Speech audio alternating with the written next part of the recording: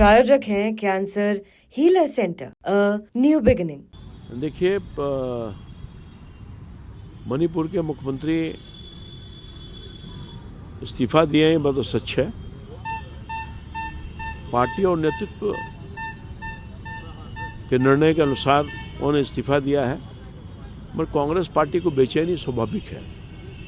Congress party का तो वजूद कुछ रहा नहीं।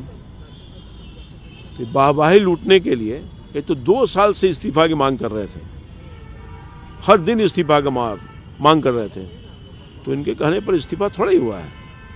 पार्टी नेतृत्व में कुछ सोचा होगा, समझा होगा और फिर निर्णय लिया होगा। कांग्रेस पार्टी अस्तित्व विहीन हो गया है। आपने जिस तरह से देखा, दिल्ली का जो नतीजा आया है, जनता ने रिजेक्ट कर दिया इनको, शून्य पर आउट हो गए। पिछले बार भी शून्य पर आउट हो गए, लोकसभा में शून्य पर आउट, विधानसभा में शून्य पर आउट, और पूरे बिहार से वोट आउट कर दिया कांग्रेस पार्टी को। पहले से ही खत्म हो चुके हैं। इसके पहले हरियाणा में चुनाव हुआ, खत्म, महाराष्ट्र में चुनाव हुआ, खत्म, तब बिहार पर नजर लगी है। तो बिहार की चिंता कर रहे हैं, मणिपुर की चिंता कर रहे हैं। मणिपुर की चिंता भारतीय जनता पार्टी की सरकार है, वहाँ की है, वहाँ का विकास हुआ है, वहाँ के लोगों में अमन चैन बहाली हो, उसके पहले से भी कारगर उपाय किए गए हैं। और फिर जो कदम होगा वो मणिपुर के हित की जनता के लिए होगा, उनके विकास के लिए होगा, अमन के लिए होगा और शांति के लिए होगा। दिल्ली चुनाव का असर बिहार में पड़ेगा? नहीं, दिल्ली का चुनाव का असर यही दिख रहा है कि यहाँ अपोजिशन साफ हो जाएगा, अपोजिशन साफ हो जाएगा। और जो अपोजिशन के नेता लोग जो हैं बहुत परेशानी हालत में हैं, बेचारे बहुत चिंता कर रहे हैं। उनके सारे जो रैंक एंड फाइल हैं, कार्यकर्ता हैं, सब ध्वस्त कली से हो गए। लेकिन आरजेडी के लोग तो बोल रहे हैं कि बिहार को समझना मुश्किल है। तो बिहार की जनता तो समझ ही रही है ना, इसलिए तो 20 साल से नीतीश कुमार जी सरकार में हैं और एनडीए के नेतृत्व में सरकार चल रही है। तो पहले से समझ रही है बिहार की जनता कि इन लोगों को भूल से भी अगर सत्ता आ गया तो बिहार की बर्बादी के अलावा कुछ नहीं, चूंकि बर्बादी देखा है। 60 वर्षों तक कांग्रेस पार्टी ने लूटा लगातार राज्य और देश को, और बाद में ये लोग लूट रहे थे। अब जिस तरह से विकास का काम हुआ है नीतीश कुमार जी के नेतृत्व में, स्वयं अपने वो दिल पर हाथ रख के सोचे कि 2005 के पहले कैसा बिहार था, 2005 के बाद कैसा बिहार हुआ है।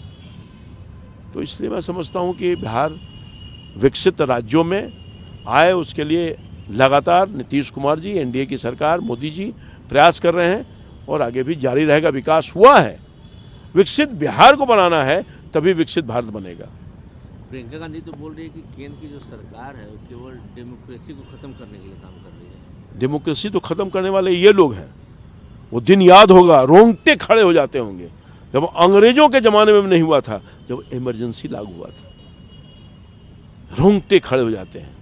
अपने स्वार्थ के लिए संविधान को बदलने वाला एक बार नहीं कई बार बदला ये कांग्रेस पार्टी, और डेमोक्रेसी की बात कर रही है। नाटक कर रहे हैं, संविधान के वो किताब लेकर घूम रहे हैं पॉकेट में। ये सब जनता समझती है और खूब समझती है। इसीलिए तो दुर्दशा हुआ ना। अभी दुर्दशा देखा कि नहीं दिल्ली में क्या हुआ, उसके पहले क्या हुआ।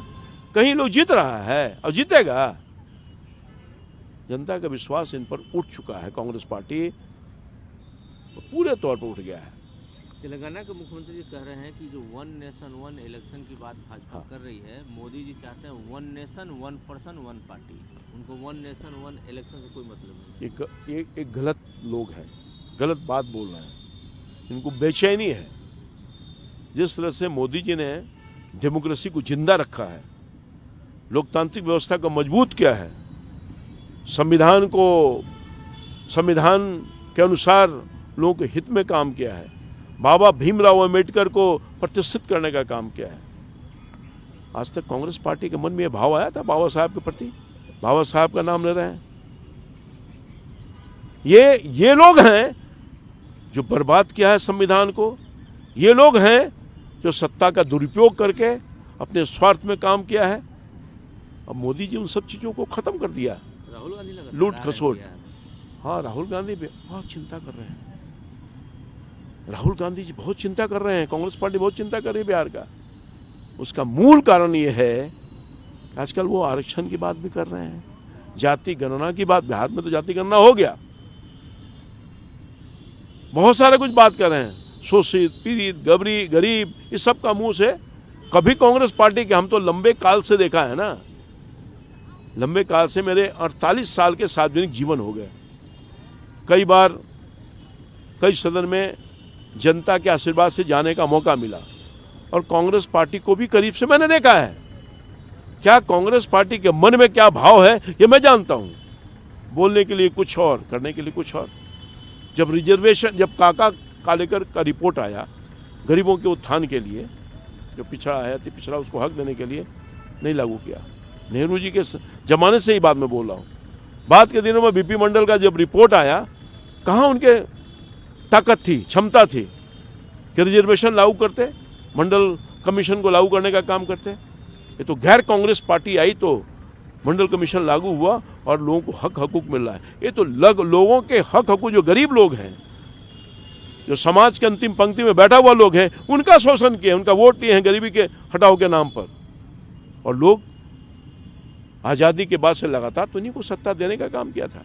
मगर आज जो दुर्दशा है, आज जो बदहाली है, आज जो गरीबों को हक नहीं मिला है, उसका कौन कारण? मूल कारण तो यही लोग हैं जिसकी बात वो कर रहे हैं। जनता ने उनको सफाया कर दिया है।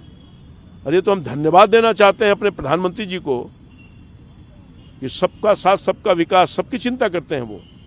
पिछड़ा का, अति पिछड़ा का, दलित का, महादलित का, सवर्ण लोगों का, सबकी चिंता करते हैं, महिला का, पुरुष का, नौजवान का।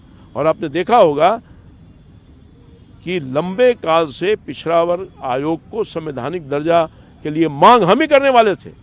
न जाने नरसिंह राव जो प्राइम मिनिस्टर थे, लोकसभा के अंदर और राज्यसभा दोनों मेंबर रहे हैं, सबको इकट्ठा करके ले जाते थे, कहते थे कि साहब जैसे दूसरे लोगों के लिए संवैधानिक का प्रावधान है, जो रिजर्वेशन नहीं लागू करता उसको पनिशमेंट नहीं मिलता है, नहीं लागू हो रहा है। पिछड़ों का रिजर्वेशन तो मिल गया मंडल कमीशन के माध्यम से, मगर लागू नहीं हो रहा है। आप संवैधानिक दर्जा दीजिए, मगर साहस नहीं किए, न मनमोहन सिंह किए, न कोई किया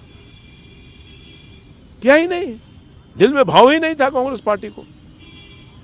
तो इसलिए इनका पोल खुल चुका है। और सबसे बड़ी बात यह है, राहुल गांधी जी जो यहाँ आ रहे हैं, वो अस्तित्व उनका खत्म हो गया। अब उनका एलाइव पार्टनर जो है राष्ट्रीय जनता दल, उसके वोट बैंक पर नजर है अपने अस्तित्व को बचाने के लिए।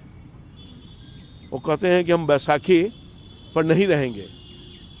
उनका वोट बैंक सब भाग गया, कोई ले लिया। इसलिए अपने वोट बैंक को पुनर्जीवित करने के लिए, अपने साथी को कमजोर करने के लिए राष्ट्रीय जनता दल को, ताकि बार्गेन कर सकें। अब तो राष्ट्रीय जनता दल इनको भाव नहीं दे रही है।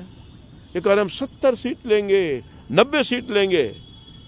तो इसलिए अपनी उपस्थिति करके कि हम बहुत ताकतवर हैं, हमारा जो वोट बैंक है वो मेरे पास है, ये दिखाने के लिए ही ये सब राहुल गांधी जी का बार बार दौरा हो रहा है। और बिहार प्रेम दिख रहा है चुनाव के समय में। चुनाव आ गया ना, अब तरह तरह से आप देखिएगा, तरह तरह से जो चेहरा बदल के, रंग पेंट पचारा करके लोग आते रहेंगे, डिफरेंट लोग आएंगे। मगर बिहार की जनता पहले से मन बना के बैठी है। ये महागठबंधन के लोगों को अब कहीं कोई मौका नहीं मिलने वाला है। न राष्ट्रीय जनता दल को मिलेगा, न कांग्रेस पार्टी को मिलेगा, न इनके चट्टे बट्टे को मिलेगा। सब लोगों ने तय किया है, मोदी जी और नीतीश जी का जो संयुक्त रूप से अभियान चला है बिहार के विकास के लिए, बिहार के गरीबों के लिए, उसमें ताकत इजाफा देने का काम करेगा, ताकत को मजबूत करने का काम करेगा और सुपड़ा साफ कर देगा, जैसे कि दिल्ली में हो गया। प्रायोजक हैं cancer healer centre, a new beginning.